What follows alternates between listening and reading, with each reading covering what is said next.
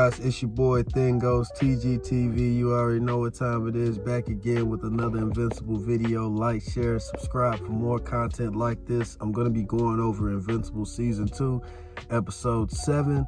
Now this episode right here, it was more like it was like the calm before the storm, you know what I mean? Like, especially with the way that they did that ending. Like, I really like the setup there. It caught me off guard. But I'm definitely excited to see how they end this season off. And I love how they was just kind of touching base with everybody. That's what this episode felt like. Like, it felt like they was just touching base with everybody, setting up stuff for future seasons. And they was also trying to introduce new things, you know what I mean? And like, I love the Anissa stuff. Oh my God! Anissa, she literally stole the show this whole episode. She wasn't in it that much, but I enjoyed when she came, and like everything else that happened after that. Like, it took a while to get up there. You know, they had a lot of Amber and Mark stuff, but I understand why they was doing that in this episode, because they was kind of trying to close that whole story arc off, if I'm being honest. Still don't really care for it that much, but I mean, if I'm being like, it was done well, you know what I'm saying? It was done well, you know, the acting was done well, the reasoning, you know, it like, you know what I'm saying? I'm not gonna hate on the fact that they made that in the story. It's just I prefer to see something else, you know what I'm saying? But no, it wasn't that bad though. It's just like, you know what I'm saying, like if they could have traded that for just some more time with the Guardians, or just some more scenes introducing other things, or some more fights or whatever, I would have preferred to see that, you know what I mean? But it is what it is. At least they closed that out, and they did it in a way that makes sense. And you know what I mean, it was pretty cool. I guess it was just a lot of time on that, man. I love all the stuff with Rexplode, as always. Seeing his little skirmish with the octopus dude was funny as hell. Like, seeing how he talked was hilarious, because I remember reading that in the comic too. I remember that it was like he can't really talk that well, so like it's like these smaller little scenes and these smaller skirmishes and stuff like that, like, it just puts a smile on my face to see them putting this stuff on like in the cartoon. They doing it like for example, I didn't even think that fight was important enough or was as big of a deal, you know what I'm saying? But they put it in there, they adapted it well, and they gave us more time with Rex, and then we got to see like his upgrade that he got with his hand and everything. So that was cool. Like, I like how they did that. That was hilarious. I smiled with that, and it was cool to see him and Invincible. You know what? I'm bullshitting. That was a pretty big scene in the comic, and it wasn't huge, but it was a big enough scene to be adapted.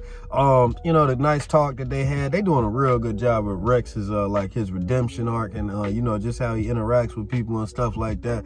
Yeah, it's cool, man. I like how they did that, and like I said, it segued into more of the Amber and Mark stuff that we ended up seeing later on. But yeah, a hell of a way to end that off too. Like, I'm gonna go a little bit easier on the Mark and Amber stuff, because the way Anissa just popped up like that, just damn, bro, like that. All the moments with Mark and Amber, what I loved the most was when they went to Comic-Con and they actually got to meet the guy who created Science Dog, and he was explaining to him how they animate different shows and do it like within a timely manner, cut corners here and there. He was explaining it to him, talking about how sometimes they put the camera on different angles when characters are talking, or they might pull the perspective back, that way you can't notice that certain things are animated, or they might let somebody else draw or animate the scene and they go a little bit too crazy, and then it ends up not looking like the rest of the show. He was explaining all of that, and it was cool because as he was explaining it, they were showing little examples of that in the actual show. So I thought that was an awesome scene. I kind of geeked out over it because it was like they were being self-aware, but they was also just highlighting what happens during animation. Then they showed us as they was explaining it, and what was cool about that is when they had that scene in the comic, they wasn't talking about animation. They were talking about how he makes the comic book issues so quickly in a short time. And after he explained to Mark about how he cuts corners, Mark actually seemed a little disappointed, like maybe like a don't meet your hero sort of thing. So I like how they changed that around and made it better, and kind of made it more of a geek out, like enjoyable moment, not just for Mark, but for guys like myself as well. They kind of made it teachable for people that want to know a little bit more about animation, stuff like that. And you know, whether you thought it was a disappointment or not, they left it up to you. But Mark wasn't. He had a good time either way, and that was definitely a change from the comic, but I really enjoyed that. By the way, side note, if you notice that it's darker now than it was in like probably a prior clip and it just cut to dark, it's because when I was recording earlier, some guy randomly came up to my car and knocked on the window and told me he needed to use my phone to dial 911. It was crazy. It happened out of nowhere. I ended up losing most of the daylight, and I just ended up leaving out my car for a while. I kind of lost the mood to record. It threw everything off. It was crazy.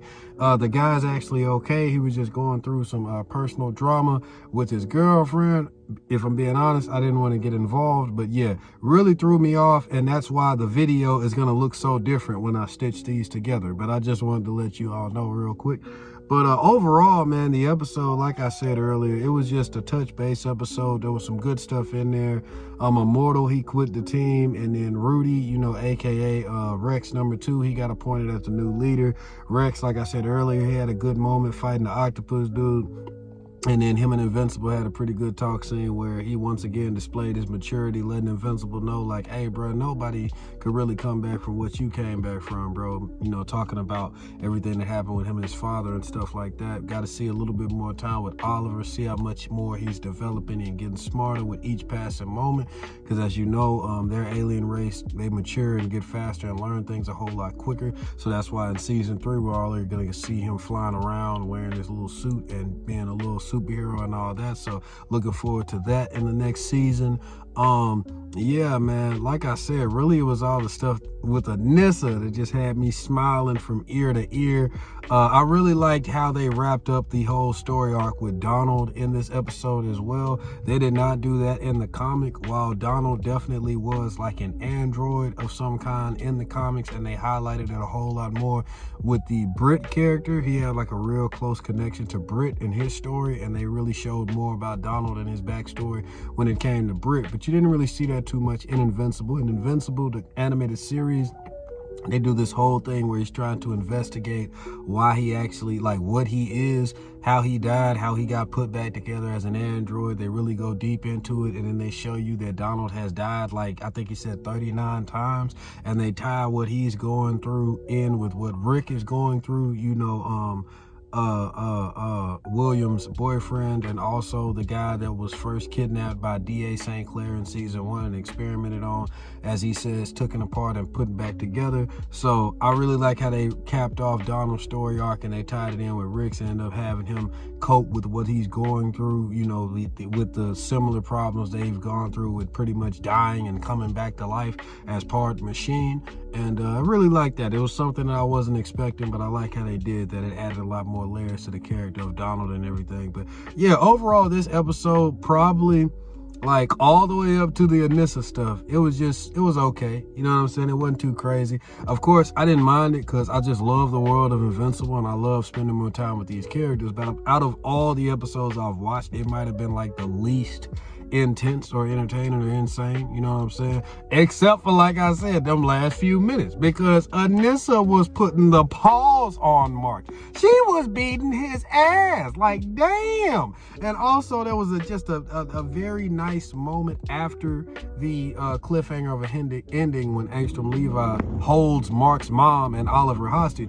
There was this cool little after credit scene where we got to see Alan the alien go up against Anissa for a quick little, you know, little bound of fisticuffs. It was very quick, but you saw how much stronger his became after his last fight with those 3 Viltrumites damn near killed him. Him coming back from that near-death experience, he's gotten so much stronger. Bro pretty much got a Zenkai boost, like from Dragon Ball Z. He's so much stronger, and you get to see that displayed when he punches Anissa just one time and has her leaking and flying back. But he doesn't want to give himself away too quick, so he feigns a loss, like he gets knocked out by her, so that she can take him to the same prison that they have Nolan, so that they can team up and escape what they're setting up for in season 3. What I'm super looking forward to. I love that whole story arc. It's awesome. They're adapting everything so well. So yeah, the last little portion of this episode, gold. Everything leading up to that was just okay. You know, I'll give it like a 7.5 out of 10. But all the stuff with Anissa was amazing. Like, just seeing her put the pause on Mark and barely be bothered by anything that he has to do or say. And also, I wasn't expecting, I mean, it did happen in the comic like that, but I know a lot of y'all probably wasn't expecting her to have more of an open mind to the whole humans thing. It was cool to see a Viltrumite interact with Mark on that different sort of level. But yeah, other than that, man, it was a pretty cool episode. I enjoyed it. Let me know what you guys think about it. Overall, the Anissa stuff just did it for me. Like, that just made this episode for me. If Anissa wasn't in it, I would have enjoyed the episode a whole lot less, but it still would have been okay. Let me know what you guys think about this video down below. Hope you enjoyed. And yeah, until next time, guys, hope you're having a good night, day, wherever you are. Peace.